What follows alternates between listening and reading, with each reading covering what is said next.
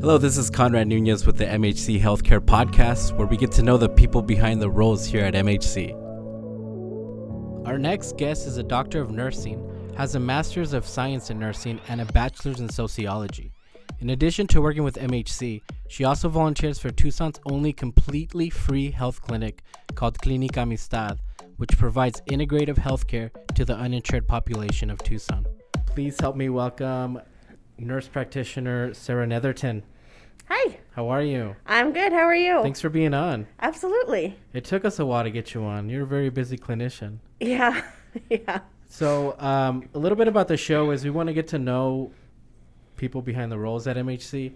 So tell us a little bit about yourself and what you do here at MHC. Okay. So I'm a nurse practitioner here at the main clinic for MHC. So I see everybody from newborns to, people, I don't remember my oldest patient. I don't have any in their hundreds, but into their 90s. So I work with the other clinicians here and to take care of the primary care for our patient population. Now, I heard the lingo, it's called cradle to grave. Cradle to grave, yeah. Yes. Okay. Yeah. So you see all walks of life. Yeah.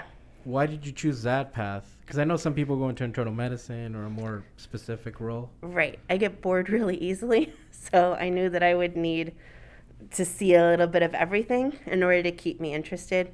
That's the reason I'm in primary care rather than a specialty there are certain people where that is just perfect, where they see the same thing all day, every day, or variations on it. It's not exactly the same, but I know myself and I couldn't do that. So I like being able to come in and see a whole variety of patients for a variety of issues every single day. And I'm sure you accomplished that, though, because there's so many things out there. Yeah. Every day is a little surprise and a little adventure.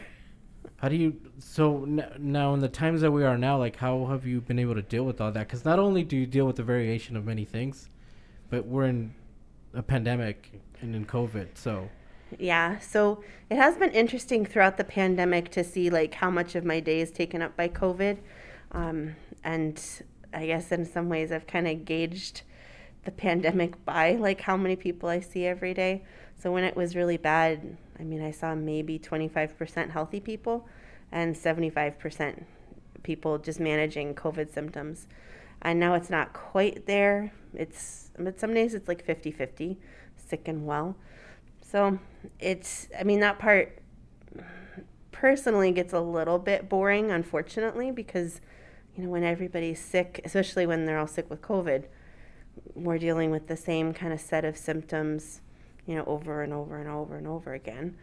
But each one of those people needs the same help over and over and over again. So it's okay. I'll stick with it, even if it gets a little boring some days. But I think as a society, we've all had to adapt. So right. One aspect for yours is it was different day to day, but now it's completely different where it's the same symptoms and it's the same thing. Yeah. At a more serious level, though. Exactly. And that, it's not really a good thing that it's consistent because, we want to see as few people with COVID as possible, of course. But, when the waves kind of come, we see a lot of people dealing with the same thing. Now, outside of MHC, I know you also help out the community. Can you tell us a little bit more about that? Yeah, I volunteer with the organization, a clinic called Clínica Amistad over on the south side of Tucson. And it's a free clinic, so if you have insurance, you cannot be seen. And we have a lot of low socioeconomic patients, and we see them for free. So whatever they need is completely covered, so their labs are free. We pay for any imaging that they need. The only things that they pay for are medications, because we have a couple medications, but really not a pharmacy like we have here. Right. So they have to pay for their own. But it's a huge service, and I was happy to be able to see some of those patients here when I came here, because we do have the sliding fee that takes care of a lot of that same patient population who really would not get care otherwise. And so I kind of have a passion for seeing those people and making sure they get the care that they deserve regardless of their insurance status. So it's not too much of a difference what we do here as far as MHC and what you do at Clínica Amistad, right? Yeah. I mean, MHC makes it a lot easier, honestly. Right. They have access to a lot more services than And Clínica. ironically, I used to work at that clinic during the day because it was a Pima County Yes. Health Department WIC Oh, how office. funny, yes. And I remember on Wednesdays, like, you would see a line, like, start at 2:30. Yep.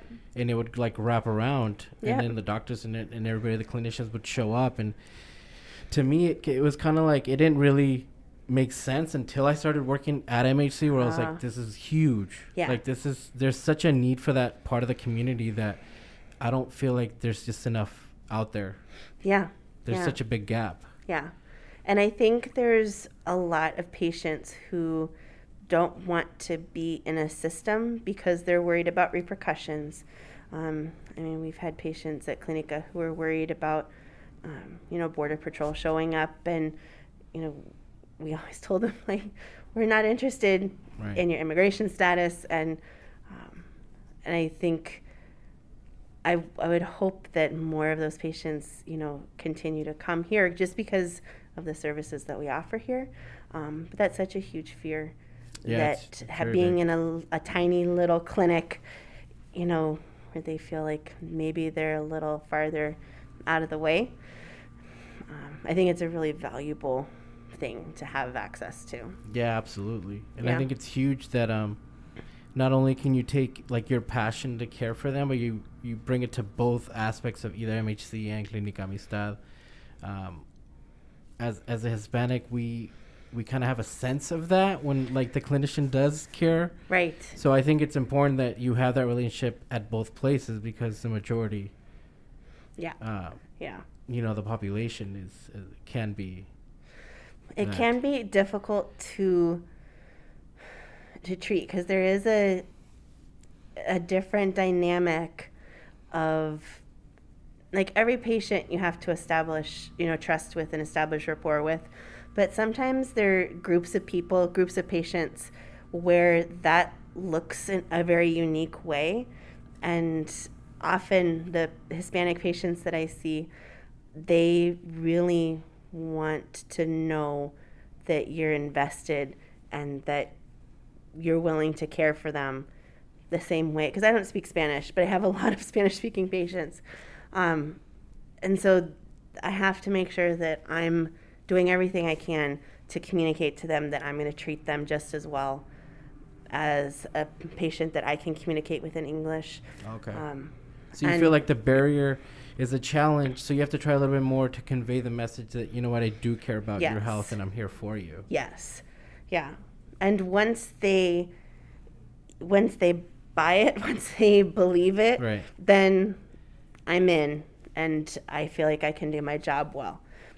If it takes a little longer to get there, sometimes it's hard because they just don't trust that I'm really there for their benefit yet. And which I can kind of understand. I mean, if my provider didn't speak the same language.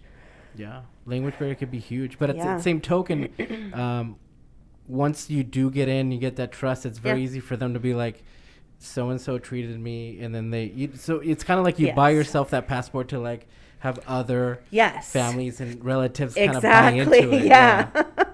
Yeah, by extension, then that person says, okay, I trust this person. And so you can go see them because basically I'll vouch for them. Exactly. Yeah, which is really powerful because it can be difficult to do that initially with every single patient.